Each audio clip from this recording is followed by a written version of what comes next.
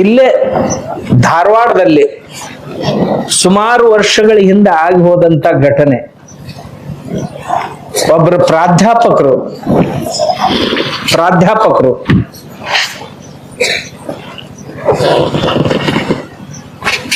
ಕರ್ನಾಟಕ ಕಾಲೇಜ್ನೊಳಗ ಅಧ್ಯಾಪಕ ಅಂತ ವೃತ್ತಿ ಆರಂಭಿಸಿದ್ದ. MA BEd ಆಗಿತ್ತು. ಅವ್ರವ್ವ ಅವ್ರ ಅಕ್ಕ ಒಂದ್ ದಿವ್ಸ ಕುಂತಿದ್ರು.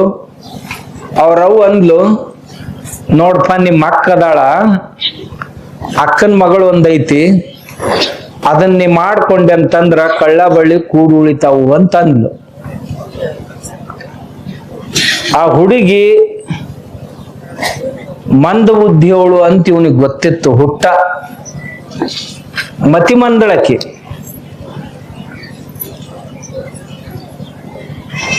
ಇವ ಏನಂದ, ಮಾಸ್ತರ ನಿನ್ನ ಇಚ್ಛೆ ಇತ್ತು ಅಂತಂದ್ರ, ನನ್ನ ಇಚ್ಛೆ ಅಲ್ಲಪ್ಪ, ನಿಮ್ಮ ಅಕ್ಕನು ನಿಶ್ಚಿಂತ ಅಕ್ಕಾಳ, ನಾವು ನಮ್ಮ ಮನ್ಯಾನ ಮಗಳ ಮನಿಗ್ ಬಂತಂತ ನಾವು ನಿಶ್ಚಿಂತ ಅಕ್ಕಿವಿ ಅಂತ. ನೀ ಮಾಡ್ಕೊಂಡ್ರೆ ನಮಗ್ ಬಹಳ ಸಂತೋಷ ಆಕೈತಿ ನೋಡು ಅಂತ. ತನ್ನ ಮನಸ್ಸಿನ ಮ್ಯಾಗ ಕಲ್ಲಿಟ್ಟು ಆ ಹುಡುಗಿ ಜೊತೆ ಮದ್ವೆ ಮಾಡ್ಕೊಂಡ. ಯಾರು ಮಾಡ್ಕೊಳಕ್ ಸಾಧ್ಯ ಇರ್ಲಿಲ್ಲ, ಯಾಕಂದ್ರೆ ಆಕಿಗೆ ಏನು ಕೆಲಸನ ಬರ್ತಿರ್ಲಿಲ್ಲ. ಮುಂದ ಹುಡುಗಿನ ಕರ್ಕೊಂಡ್ ಬಂದ. ಮನಿಯೊಳಗ ಯಾರು ಇಲ್ಲಿಗ, ಅವ್ರವನು ಹೊರಟು ಹೋಗಿದ್ಲು. ಹೋಗಾಗಂದ್ಲು, ತಮ್ಮ ಇಲ್ಲಿ ತನ ಹೆಂಗಾರ ಮಾಡಿದ್ ನಾನು ಮೊಮ್ಮಗಳ ತಿಳ್ಕೊಂಡು ಇನ್ ಮುಂದೆ ಹೆಂಗಪ್ಪ ನಿಮ್ದು ಅಂತಂದ್ಲು. ನೀ ಏನು ಚಿಂತೆ ಮಾಡ್ಬೇಡ, ನಾ ಏನು ಕಡಿಮೆ ಆಗೋರ್ದಿಲ್ಲ ಅಂತಂದ. ನಿಂದ ಏನಾರ ಮಾಡ್ಕೊಂಡಿಯೋ, ಈ ಹುಡುಗಿದ್ ಹೆಂಗ್ ನಿನ್ ಹೆಣ್ತಿದ್ ಹೆಂಗ ಅಂದ.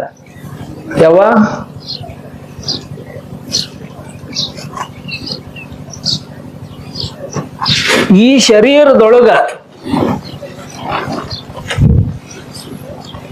ಪ್ರಾಣ ಇರುತನಾನು ನಾ ಈಕಿನ್ನ ಅಂಗಯ್ಯನ್ ಬೆಣ್ಣೆ ಹಂಗ ಸಾಕ್ತೀನಿ ಅಂತ. ಎದ್ದು ಕೂಡ್ಲೆ ಮಾಸ್ತರ್ ದಿನ ತಲಿ ಕೆರೆಯವ, ತಾನ ಹೋಗಿ ಸ್ನಾನ ಮಾಡ್ಸವ, ಚಹಾ ನಾಷ್ಟ ಮಾಡಿ ಅಕ್ಕಿ ಕೊಟ್ಟು, ಮತ್ತ ಮಧ್ಯಾಹ್ನದ ಅಡಿಗೆ ಮಾಡಿಕೊಂಡು ಅಕ್ಕಿಗೂ ಇಟ್ಟು ನೀವು ಅಂತ ಹೇಳಿ ತಾ ತಗೊಂಡು ಹೋಗ್ತಿದ್ದ. ಮತ್ತ ಸಾಯಂಕಾಲ ಬಂದ ಅಂದ್ರ ಬಂದ್ ಕೂಡ್ಲೆ ಆಕಿಗೆ ಚಹಾ ಮಾಡಿಕೊಡು, ಸಾಯಂಕಾಲ ಅಡಿಗೆ ಮಾಡ್ಬೇಕು, ಮುಂಜಾನೆ ಸಂಜಿಕೆ ಆಕಿಗೆ ಔಷಧ ಕೊಡ್ಬೇಕು, ಮತ್ತೆಲ್ಲ ಬಟ್ಟೆ ತೊಳೆದಿಡ್ಬೇಕು, ನಾಳಿನ ಸಲುವಾಗಿ ಇವತ್ತಿನ ಬಟ್ಟೆ ತೊಳಿಬೇಕು. ಮಗ್ಗಲ್ ಮನೆಯವ್ರು ಒಬ್ಬರಿಗೆ ಗೊತ್ತಾಗಿ ಕೊಡ್ತಿದ್ದಿಲ್ಲ, ಎಲ್ಲ ನಾನು ಹೆಂಡತಿನ ಮಾಡ್ತಾಳ್ರಿ ಅಂತ ಹೇಳ್ತಿದ್ದ. ಕೆಲಸ ಮಾಡಿದ. ಹಿಂಗ್ ಮಾಡ್ಕೋತ 2-3 ಮಕ್ಕಳಾದ್ರು. ದುರ್ದೈವ ಏನು ಅಂತಂದ್ರ ಇವ್ರಿಗೇನ್ ಮೊದಲನೇ ಮಗಳ ಆತಲ್ಲ, ಅದು ಸಹಿತ ಮತಿಮಂದ್ ಹುಟ್ಟಿತು. ಮನ್ಯಾಗ ಒಂದಿತ್ತು, ಅದನ್ನ ನೋಡ್ಕೋತ ಹೋಗುದ್ರಾಗ ಈಗ 2ನೇದ್ ಬಂತು. ಮಾಸ್ತರ್ ಅಂದ, ದೇವ್ರ ಬಹುತೇಕ ನಮ್ ಪರೀಕ್ಷಾ ನೋಡ್ತಾನ ಅಂತ. ಆ ಮಗಳದು ಎಲ್ಲ ಉಸಾಬರಿ ಮಾಡಕ್ ಹತ್ತಿದ. 2ನೇದ್ದು 3ನೇದ್ದು ಏನಿದ್ದು ಅಲ್ಲ, ಅವು ಶಾಣೆ ಇದ್ದು, ದೊಡ್ಡ ಮಾಡಿದ. 2 ಮಕ್ಕಳು ಮದುವೆ ಮಾಡಿಕೊಟ್ಟ. ಇದೊಂದ್ ಮನಿಗೆ ಹುಡುಗಿ ಮನ್ಯಾಗ ಉಳಿತು. ಮುಂದ ಮಾಸ್ತರ್ ವಯಸ್ಸಾಗ್ತಾ ಬಂತು, ರಿಟೈರ್ಮೆಂಟ್ ಬಂದ. ರಿಟೈರ್ಮೆಂಟ್ ಆದ್ರೂ ಅಂಜಲಿಲ್ಲ, ವಯಸ್ಸಾಗ್ತಾ ಬಂತು. ಅವನಿಗೆ ಒಂದ ಚಿಂತೆ, ನಾ ಇರುತ್ತನ ಹೆಂಗಾರ ಮಾಡ್ತೀನಿ, ಮುಂದೆ ಉಕ್ರ ಗತಿ ಏನು ಅಂತ. ಬಹಳ ಕಷ್ಟಪಟ್ಟು ಜೀವ, ಬಹಳ ಸೌದಿದ್ದ. ಬೇಗ ವೃದ್ಧಾಪ್ಯ ಬಂತು. ದೇವರಿಗೆ ದಿನಾಲೂ ಪ್ರಾರ್ಥನೆ ಮಾಡ್ತಿದ್ದ, ದೇವರೇ ಇವ್ರನ್ನ ಸುಖವಾಗಿಡು, ಇವ್ರನ್ನ ಕಾಪಾಡೋ ಸಲುವಾಗಿ ನನಗೆ ಶಕ್ತಿ ಕೊಡು, ನನಗೆ ಇನ್ನಷ್ಟು ಆಯುಷ್ಯ ಕೊಡು ಇವ್ರ ಸೇವಾ ಮಾಡಕ್. ಯಾಕ ನಾನು ಪ್ರತಿಜ್ಞಾ ಮಾಡೀನಿ, ನಮ್ಮವನ ಮುಂದ ನಮ್ಮ ಅಕ್ಕ ಲಗ್ನ ಮಾಡಿ ಕೊಡಾಗ ನನ್ನ ಮಗಳನ್ನ ಹೆಂಗ್ ಮಾಡಿ ಕಾಪಾಡವಪ್ಪ ಅಂತ ಕೇಳ್ಯಾಳ. ಅವಾಗ ನನ್ನ ಮಕ್ಕಳಿಗೂ ಸಹಿತ ಮಾತು ಕೊಟ್ಟಿನಿ.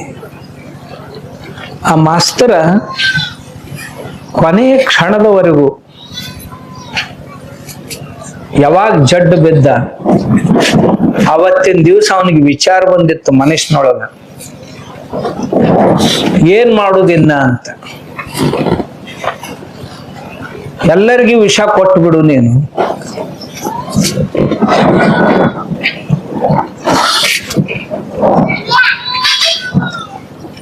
ಜೀವನ ಯಾತ್ರೆಯನ್ನ ಮುಗಿಸ್ಬಿಡು ನೀನು ಅಂತ. ಅಷ್ಟರಲ್ಲಿ ಯಾರೋ ಒಬ್ಬ ವಿದ್ಯಾರ್ಥಿ ಬಂದ. ಅವ್ರ ವಿದ್ಯಾರ್ಥಿ, ಯಾಕೆ ಗುರುಗಳೇ ಬಹಳ ಚಿಂತೆಯಲ್ಲಿದ್ದಂಗ ಕಾಣಿಸ್ತಿರ್ತಾವು ಅಂತ. ತಮ್ಮ, ಇವತ್ತಿನವರೆಗೂ ಸಹಿತ ಸುಖವನ್ನೇ ಹಂಚಿಕೊಂಡಂತ ಮನುಷ್ಯನ ದುಃಖವನ್ನ ಯಾರಿಗೂ ಹಂಚ್ಕೊಳ್ಳಿಲ್ಲ.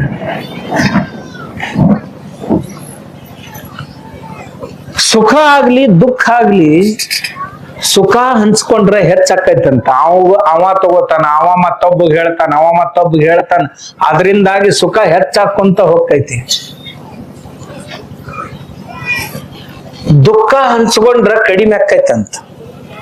ಯಾರಿಗಾರ ಹೇಳಿದ್ರ ಅವ್ರು ನಮ್ಮ ದುಃಖದೊಳಗ ಸಹಭಾಗಿ ಆದ್ರಂದ್ರ ನಮ್ಮ ದುಃಖ ಕಡಿಮೆ ಆಕೈತಂತ. ಆದ್ರ ದುಃಖ ಹಂಚ್ಕೊಳ್ಳೋರು ಬಹಳ ದೊಡ್ಡ ಮನುಷ್ಯನವ್ರು ಬೇಕಾಗ್ತಾರ. ಮತ್ತ ನಾನು ವಿಚಾರ ಮಾಡಿದ್ದೆ, ಜೀವನದೊಳಗ ಸುಖಾನ ಹಂಚ್ಕೊಳ್ಳೋನು ದುಃಖ ಹಂಚ್ಕೊಂಡು ಮತ್ತೊಬ್ಬರನ್ನ ದುಃಖಿ ಮಾಡೋದು ಬೇಡ ಅಂತ. ನಾ ಯಾರಿಗೂ ಹೇಳ್ಕೊಂಡಿಲ್ಪ ನಮ್ಮ ಮನ್ಯಾಗ ಹಿಂಗೈತಿ ಅಂತ. ನನ್ನ ಮದುವೆ ಆದ ದಿನದಿಂದ ಹಿಡ್ಕೊಂಡು ಇವತ್ತಿನವರೆಗೂ ನಾನು ಯಾರಿಗೂ ಹೇಳಿಲ್ಲ ನನ್ನ ಹೆಂಡತಿದ ಸ್ಥಿತಿ ಹಿಂಗೈತಿ ಅಂತ. ನಾ ಮನ್ಯಾಗ ಏನ್ ಮಾಡ್ತೀನಿ ಅಂತ ಒಬ್ಬರಿಗೆ ಹೇಳಿಲ್ಲ. ಆದ್ರ ಈಗ ನನಗ ಅನ್ಸಾಕತ್ತೈತಿ, ಯಾವುದೇ ಕ್ಷಣಕ್ಕೂ ನಾ ಬಿದ್ದು ಆದ್ರೆ ಈ ಜೀವರ ಗತಿ ಏನು ಅಂತ. ಅವಾಗ ಆ ಶಿಷ್ಯ ಹೇಳ್ದ, ಅವನು ಅದಾನೀಗ ನನಗೆ ಭೇಟಿಯಾಗಿದ್ದವ. ಅವ ಹೇಳ್ದ, ಗುರುಗಳೇ ನಿಮ್ಮ ಕೃಪೆಯಿಂದ ನಾ ಬಹಳ ದೊಡ್ಡ ವಿದ್ಯಾ ಬುದ್ಧಿಗಳನ್ನ ನಿಮ್ಮಿಂದ ಕಲಿತು ಒಳ್ಳೆ ಸ್ಥಿತಿಗೆ ಮುಟ್ಟೀನಿ. ನಾನೊಬ್ಬ ಉದ್ಯೋಜಕ. ಈಗ ನನಗೇನೂ ಕಡಿಮೆ ಇಲ್ಲ ನಿಮ್ಮ ಕೃಪೆಯಿಂದ. ದಯವಿಟ್ಟು ನನಗೊಂದು ಅವಕಾಶ ಕೊಡ್ಬೇಕು ನೀವು. ನಾಳೆಯಿಂದ ಈ ಮನೆಯನ್ನ ನೋಡ್ಕೊಂಡು ಹೋಗೋ ಜವಾಬ್ದಾರಿ ನನಗೆ ಒಪ್ಪಿಸ್ಬೇಕು. ನೀವು ಇನ್ನಾದ್ರೂ ಸುಖವಾಗಿರ್ಬೇಕು ಅಂತ. ಅಲ್ಲಪ್ಪ, ಎಂತ ಕಷ್ಟದ ಕಾಲಕ್ಕ ದೇವ್ರು ಬಂದಂಗ ಬಂದೆಲ್ಲೋ ಅಂತ ಅಂದ್ರು ಇವ್ರು. ಅವ ಹೇಳ್ದ, ಗುರುಗಳೇ ಪ್ರತಿ ದಿವಸ ನಿಮ್ಮ ಪಾಠದೊಳಗ ಅಭ್ಯಾಸದ ಜೊತೆಗೆ ನೀತಿ ಪಾಠಗಳನ್ನು ಹೇಳ್ತಿದ್ರಲ್ಲ, ಅದನ್ನ ನಾನು ಮನಸಾರೆ ಕೇಳಿ ಕಲ್ತವ್ರೊಳಗೆ ಒಬ್ಬ. ನಿಮ್ಮಿಂದಾಗಿ ವಿದ್ಯಾಬುದ್ಧಿನೂ ಕಲ್ತೀನಿ, ಅದ್ರ ಜೊತೆ ನಿಮ್ಮ ಸಂಸ್ಕಾರಗಳನ್ನು ನಾ ಅಳವಡಿಸ್ಕೊಂಡಿನಿ. ಅದಕ್ಕ ನಾಳಿಂದ ನಿಮ್ಮ ಸಹಿತವಾಗಿ ಈ ತಾಯಂದಿರ ಸೇವೆನೂ ನಾನು ಮಾಡ್ತೀನಿ, ಅದ್ರ ಸಲುವಾಗಿ ನಾನು ವ್ಯವಸ್ಥೆ ಮಾಡ್ತೀನಿ ಅಂತ. ಮರ್ದಿವ್ಸನ ಆ ಮನುಷ್ಯ ಇಬ್ರು ಹೆಣ್ಮಕ್ಳನ್ನ ಕರ್ಕೊಂಡು ಬಂದ, ಆ ಮನೆಯೊಳಗೆ ಇಟ್ಟ. ಹೇಳ್ದ, ನೋಡ್ರವ ಇವ್ರಿಗೇನು ತೊಂದರೆ ಆಗ್ಬಾರ್ದು, ಅಡಿಗೆ ಮಾಡೋದಾಗ್ಲಿ, ಇವ್ರಿಗೆ ಸ್ನಾನ ಮಾಡಿಸೋದಾಗ್ಲಿ, ಬಟ್ಟೆ ತೊಳೆಯೋದಾಗ್ಲಿ, ಔಷಧ ಕೊಡೋದಾಗ್ಲಿ ಎಲ್ಲಾನು ಸರಿಯಾದ ಸಮಯಕ್ಕೆ ಸರಿಯಾಗಿ ನೀವು ನೋಡ್ಕೊಂತ ಹೋಗ್ರಿ. ನೋಡ್ರವ ನಿಮ್ಗೆ ಇಬ್ಬರಿಗೆ ನಾ ಏನೋ ಕಡಿಮೆ ಆಗ್ಲಾರ್ದಂಗ ನಿಮ್ಮ ಮನೆ ಸಹಿತ ನಾನ್ ನೋಡ್ಕೊತೀನಿ. ನನಗ್ ದೇವ್ರು ಬಹಳ ಕೊಟ್ಟಾನ, ಅದು ಈ ಗುರುಗಳ ಮೂಲಕನ ಕೊಟ್ಟಾನ. ಈ ಗುರುವಿನ ಋಣವನ್ನ ತೀರಿಸುವಂತ ಒಂದು ಅವಕಾಶ ನನಗ್ ಸಿಕ್ಕೈತಿ ಅಂತ ನಾ ತಿಳ್ಕೊಂತೀನಿ ಅಂತ ಅಂದವ.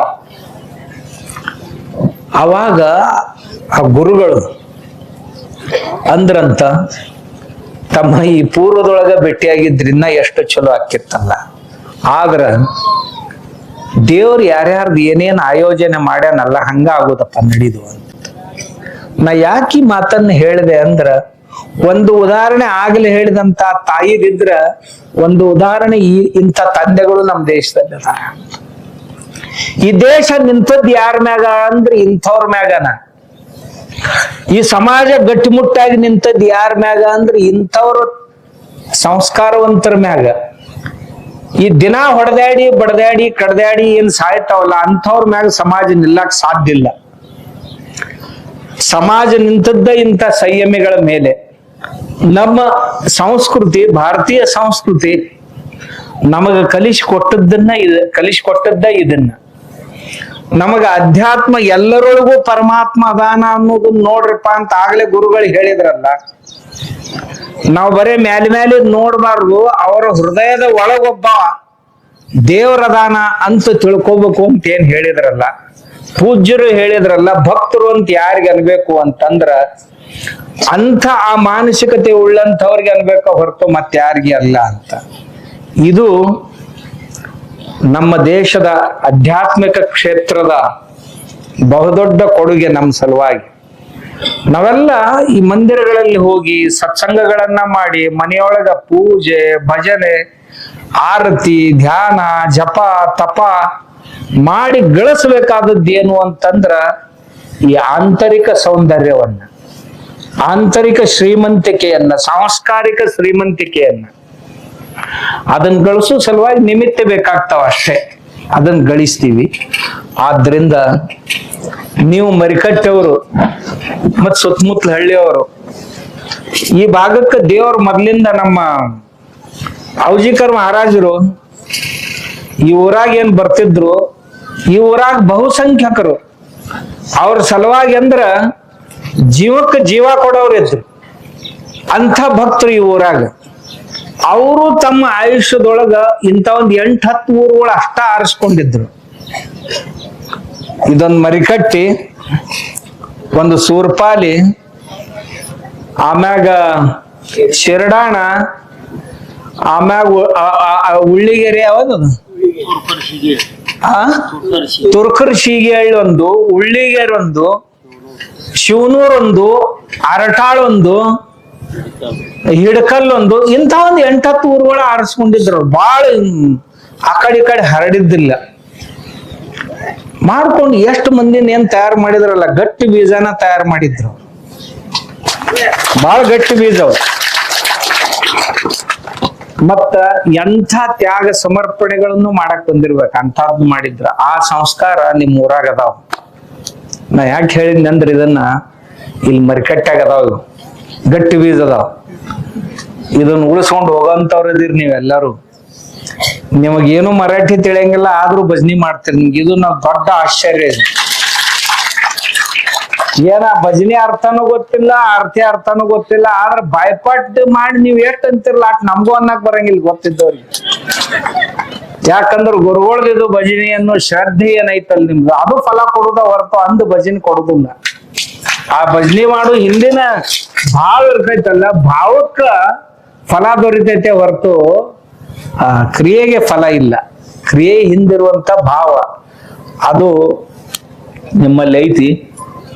ಬಾಳ ಚಂದ ಮಾಡ್ತೀರಿ ನೀವ್. ಏನ ಮಾಡಿದ್ರು ಸಹ ಎಲ್ಲದ್ರಾಗೂ ಮುಂದಿರ್ತೀರಿ.